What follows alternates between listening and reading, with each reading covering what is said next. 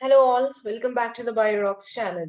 In this video today, I'll be giving you a complete overview of the cellular respiration. Okay, so we have seen about the intro of the cellular respiration where I spoke about that to run the basic metabolic activities and for sustenance of the life, we require energy, and this energy is going to be in the form of ATP. And where do the cell prepare the ATP from? From the ADP molecules by adding an inorganic phosphate molecule and energy. And this energy is going to come from none other than the cellular respiration process. So we are going to completely look at the overview of this cellular respiration in this video today. Okay. Yeah. So, children, I was telling you that in order to run your metabolic activities, okay, in order to run the chemical processes in the body, okay, chemical metabolic activities in the body, what do we require is we require energy, okay, and this energy is being built by the cell by utilizing which molecules? ADP molecules by adding an inorganic phosphate and releasing the ATP molecules. By utilizing this ATP molecules, we are running this particular metabolic activities.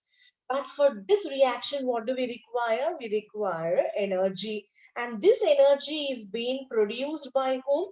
By the cellular respiration.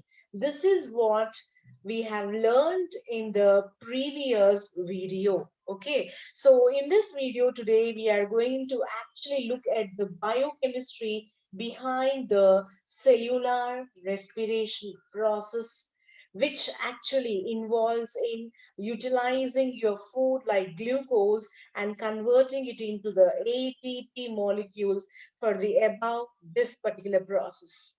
Are we using only glucose? No, we actually can use the proteins, okay, from our food. We can utilize the carbohydrates, okay, we can utilize carbohydrates, we can even utilize fats, okay.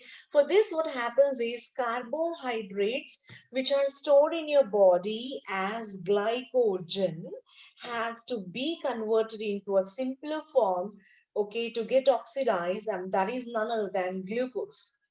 Your fats which are in form of triglycerides have to be converted into the form of fatty acids, okay. And proteins have to be, you know that proteins are going to be the ones which are going to be broken into amino acids, and these amino acids are converted into ammonia as well as the ketone bodies. And these ketone bodies, now see, these are all the ones which are ready to get participated in the cellular respiration. Majorly glucoses are participating in the cellular respiration process. Then next comes is the fatty acids in a less scale, and in a very less scale it is going to be your amino acids which are going to get into this particular pathway of what we're going to call as the cellular respiration process. So this glucose is the one which will be broken, as I told you in the initial the before video, I told you that the organic food materials have to be broken into the carbon dioxide water molecules, and this even releases the ATP molecules, okay. So glucose will be converted or broken down into a very simple sugar, which is going to be an acetyl sugar, that is acetyl coenzyme A. Okay. It's going to be converted into acetyl coenzyme A.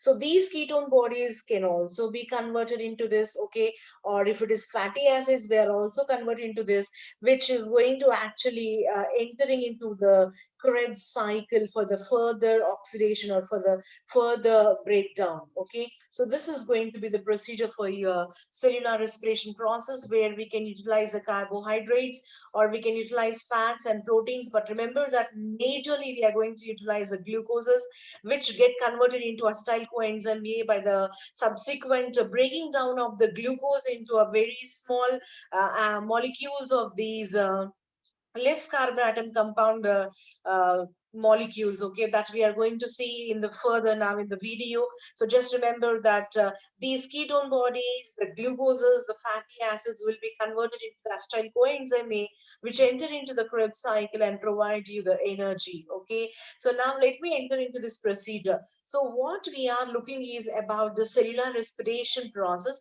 So I'm choosing glucose here. I told you that these are going to get oxidized, okay. The organic food materials are going to get broken apart, or you can even call it as they can get oxidized, because your glucose molecule is going to actually lose the hydrogen atoms. It is going to lose the hydrogen atoms or the electrons, so we regard it as oxidization process. So these glucoses can be broken apart, or I can call it as oxidized, in order to form the ATP molecules. And this reaction togetherly is a complex thing which happens in steps, and I call this as the cellular respiration process, okay. And remember that this particular series does not happen in a single step, but these are going to be the complex reactions which involves majorly many reactions. And usually it is going to have this particular involves the anaerobic set of reactions, okay, and it even involves the aerobic set of reactions, okay.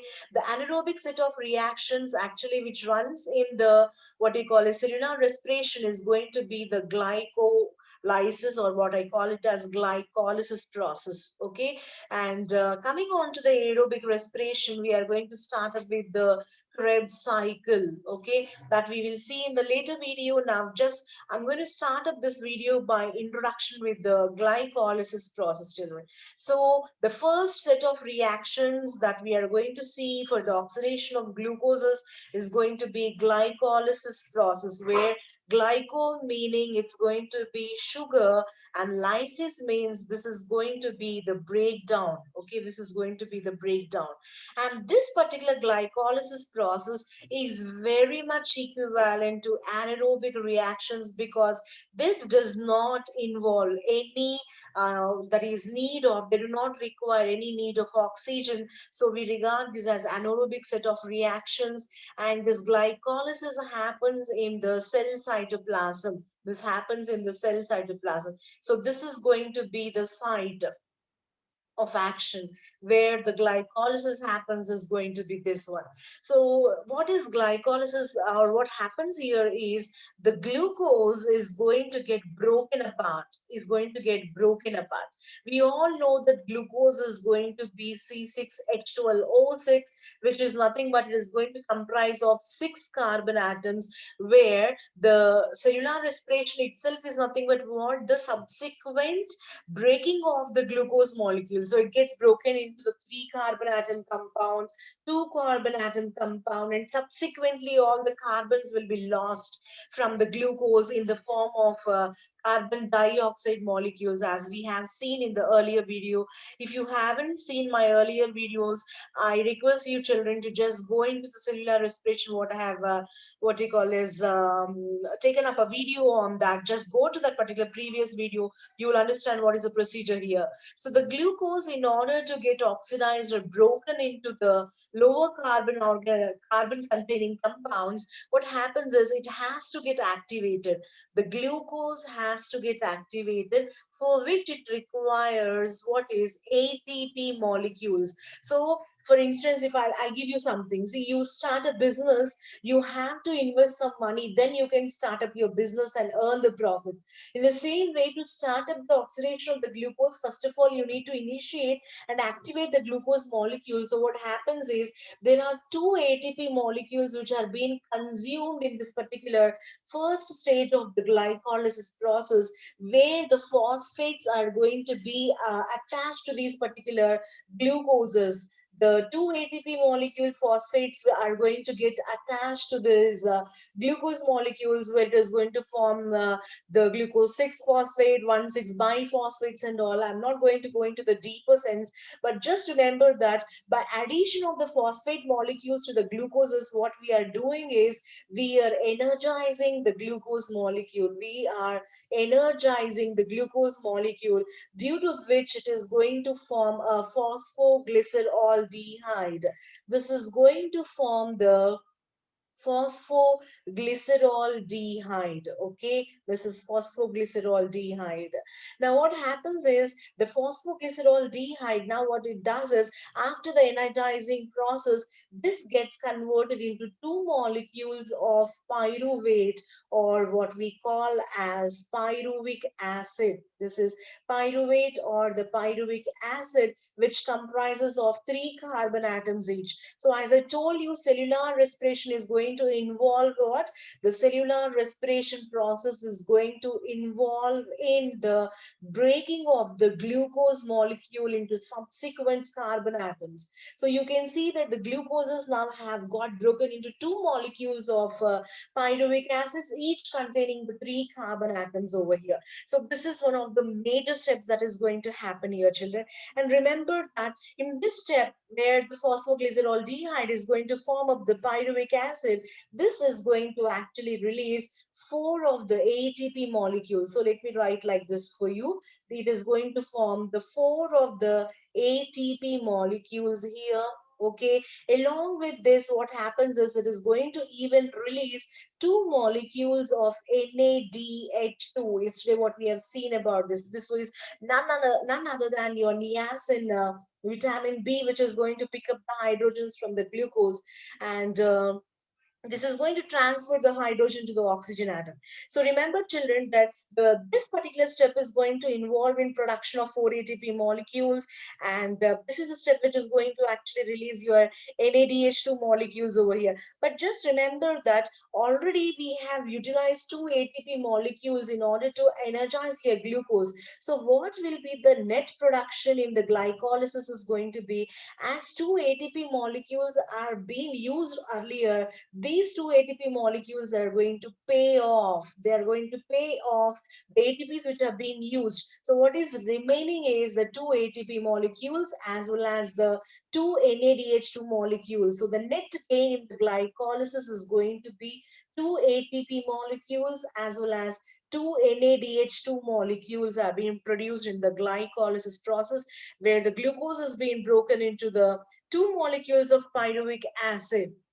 Okay, so we are talking, we are talking and concentrating on the glycolysis process here. So just remember, children, that this first initial steps were in the glycolysis. So my glycolysis process has resulted in, like, the glucose has produced at last two molecules of pyruvates. It has produced these. Okay, now, the fate of the pyruvate is dependent on the presence of oxygen.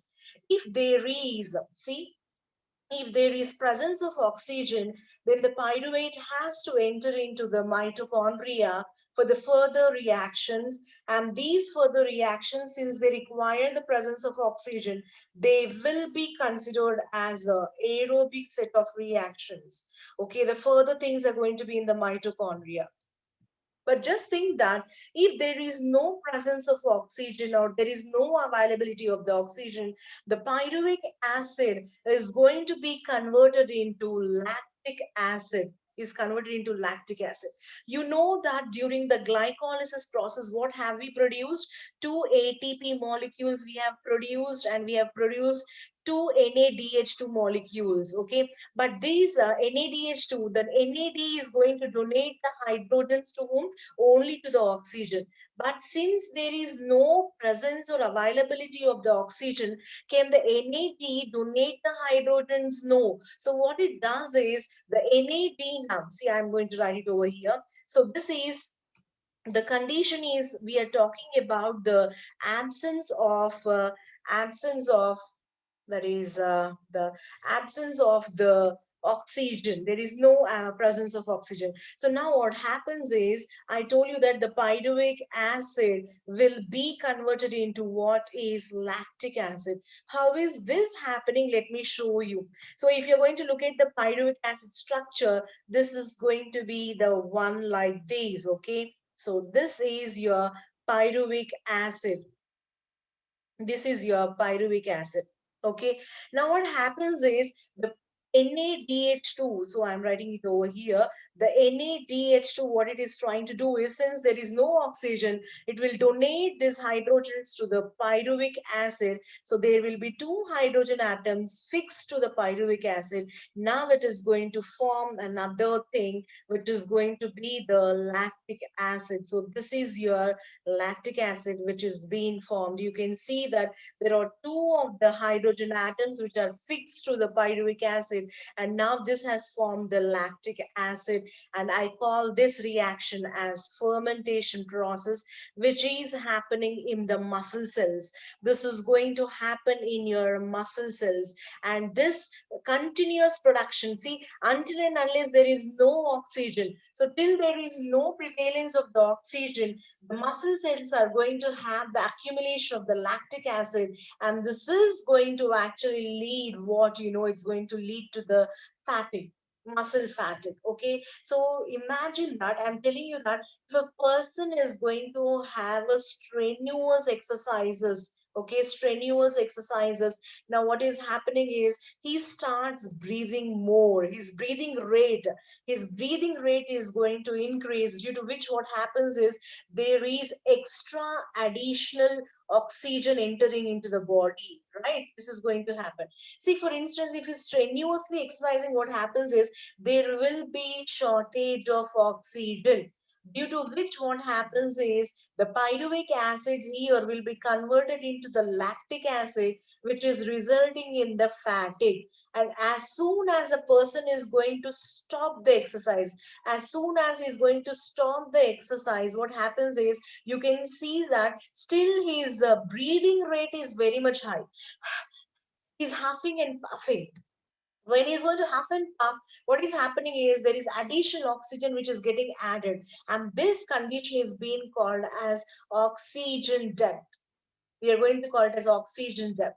It's nothing but since there was shortage, there was fatigue, but as soon as he stopped, the breathing rate increased such that there should be some additional oxygen, due to which what happens is due to the pumping of the additional oxygen, now the pyruvic acid, that is the lactic acid, will be converted into pyruvic acid. This is very, very important.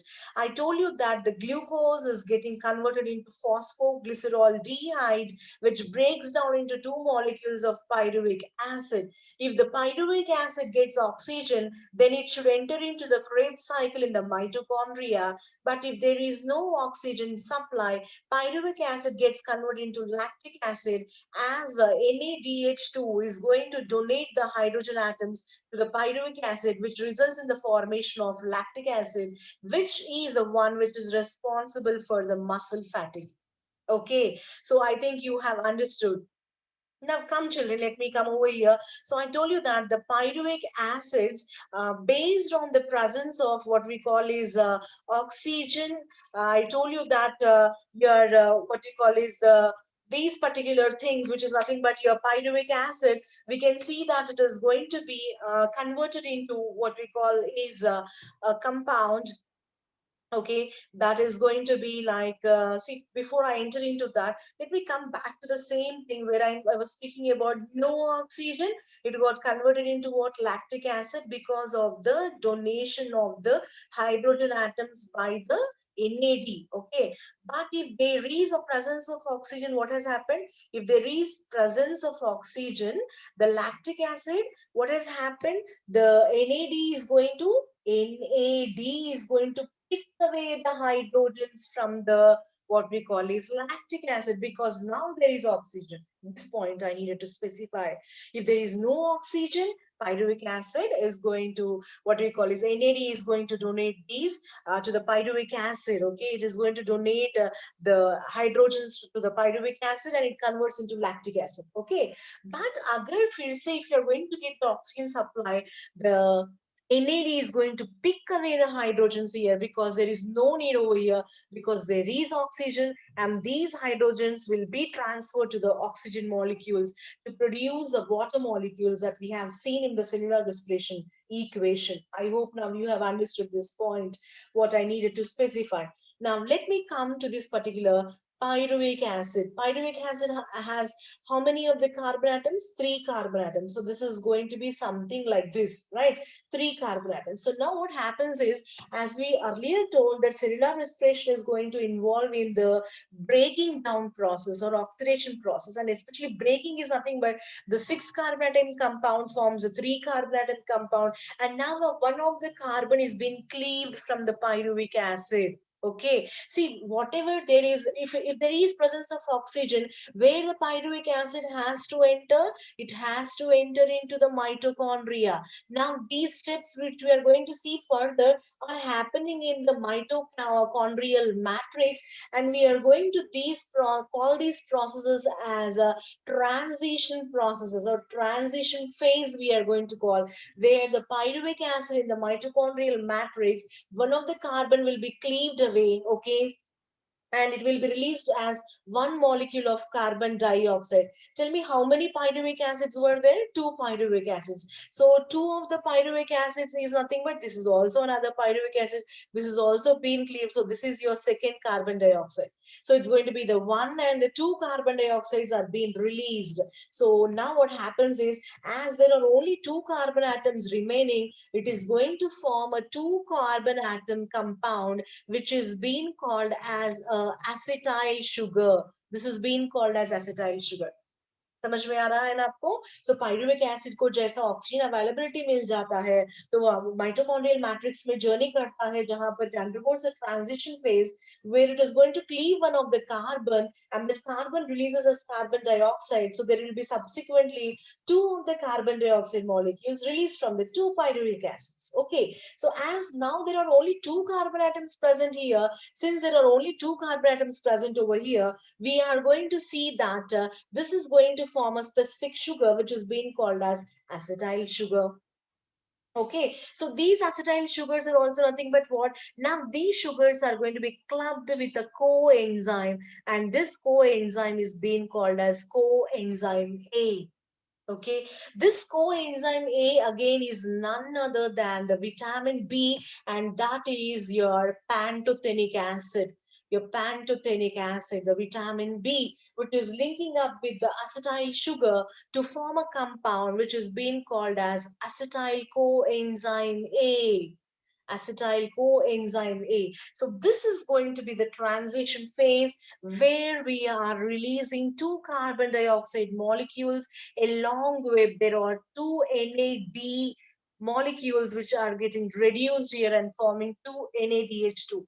So this is one of the powerful transition steps that is going to happen in the mitochondrial matrix. So what is the transition? The pyruvic acid has got forming, has been converted into the acetyl coenzyme A, okay, and what is released here is two molecules of carbon dioxide and two molecules of what we are going to call as NADH2 molecules are being released. Remember children, what is the vitamin B here? Coenzyme A is going to be the pantothenic acid, okay. So these are the things. So now let me come back. So I told you that the first reaction is going to be the anaerobic. This has released what? It has released two ATP molecules and it has released two NADH2 molecules, right? Now we came into what? We came into the transition phase, right? In the transition phase, where is glycolysis happened? It has happened in the cytoplasm. And where is this transition happening? In the mitochondrial matrix. What have we produced? Two carbon dioxide molecules we have produced, along with what we have even produced two NADH2 molecules are being produced here. Okay, now what was there here? It has formed the acetyl coenzyme A, okay, and this is going to be the two carbon atom compound. Now this acetyl coenzyme A is going to get fixed with, it's going to be fixed with what? A four carbon atom compound which is being called as your oxaloacetate. acetic acid, oxaloacetic acid, which is going to be a 4-carbon atom, and this is going to be called as OAA, oxaloacetic acid, and it is going to form a 6-carbon atom compound, which is being called as citric acid. Citric acid. This is the first stable compound actually which is being formed here, the citric acid. Okay, and we even call these cycle now. This is going to be called as what is going to be called as a Krebs cycle, or we are going to call it as the citric acid cycle. We are going to call as, and this was being actually figured out by Hans Krebs, for which he was being awarded the Nobel Prize. Okay, so we are going to call this cycle as a Krebs cycle, or we are going to call it as a citric acid cycle. Okay, so remember, children, in this citric acid cycle, they we can see that this is going to subsequently again undergo what, they are going to undergo the oxidation process. There are multiple several steps in the Krebs cycle or the citric acid cycle, but the output of this particular Krebs cycle or the citric acid cycle is going to be the first thing. There are two ATP molecules produced in the Krebs cycle during the what we call as substrate level phosphorylation. Substrate level phosphorylation. During these, what happens is there are two ATP molecules produced. Okay, and along with that we can even see that there are 6 NADH2 molecules produced in the what we call as a Krebs cycle, and there are two molecules of FADH2 molecules produced. What is FADH? Is nothing but your flavin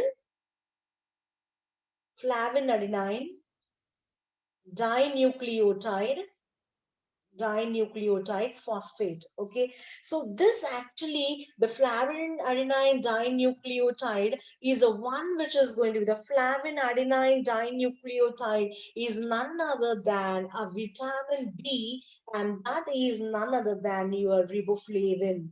Your riboflavin. So we have seen the niacin, we have seen the coenzyme A, which was the pantothenic acid, and we have seen the FAD, the flavin adenine dinucleotide, which is a riboflavin. You can see the set of the vitamin B complexes participating in this particular cellular respiration process for reducing, right? They are going to add up, transfer the hydrogen where to the oxygen molecules.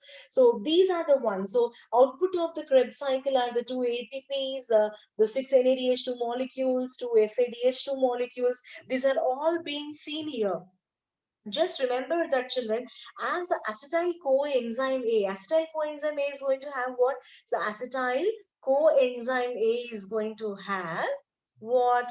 2 carbon atoms. So how many acetyl coenzymes A were formed? Two, because two pyruvic acids, right? So two acetyl coenzymes A. So can I write like this? Yes, these are the two. So now what happens in the Krebs cycle? I told you that subsequently the carbon atoms have to be cleaved, have to be broken down. So these will be broken. So how many carbons are released? 4 carbons. So 4 carbons will be released in form of what? 4 molecules of carbon dioxide. Okay. So tell me now, what are all being produced here? Two ATP molecules in glycolysis. Okay. And two ATP molecules here in the Krebs cycle. So how many ATP molecules completely togetherly? It is going to be 4 ATPs. Then come to NADH2. Two NADH2s from the glycolysis. Two NADH2s from the transition. 6 NADH2. Totally how many? 10 NADH2 molecules. Okay, by the end of Krebs cycle. Now next, coming on to two carbon dioxide molecules in the transition, okay, and 4 carbon dioxide molecules in the Krebs cycle. Now tell me, how many of the carbon dioxide? 6 carbon dioxide. If you remember the aerobic respiration, that is cellular respiration, sorry, the reaction, I told you that glucose is in presence of oxygen. We're releasing the 6 carbon dioxide, 6 water and energy. So we have got the 6 carbon dioxide. But I told you by the end of the cellular respiration, one glucose has to oxidize to produce 38 ATP. But how many are we seeing? Only 4 ATP. What about the remaining 34 ATP? Okay, right? And what about all the other things that we spoke about as end products? Where are they formed? Where are they formed? Did we get our answer? We haven't got the answer. This is because, just remember, children, that the aerobic process, which is going to be the aerobic set of reactions which are happening in the mitochondrial matrix, are three set of reactions actually. These are going to be, the first is being called as transition phase, the second is going to be called as a Krebs cycle, and the last is going to be called as a it's been called as your electron transport chain, electron transport transport system, or we call it as chain, which are usually called as ETC. So the extra 34 ATP molecules, or the energy that I spoke, will be getting released in the electron transport chain that we are going to see in the next forthcoming videos. I hope you all have understood now that what is a procedure, what are the outputs, and what are all those coenzymes. As you know that coenzymes are going to be the minerals, the vitamins, and these are the ones which are going to involve in this particular cellular respiration process.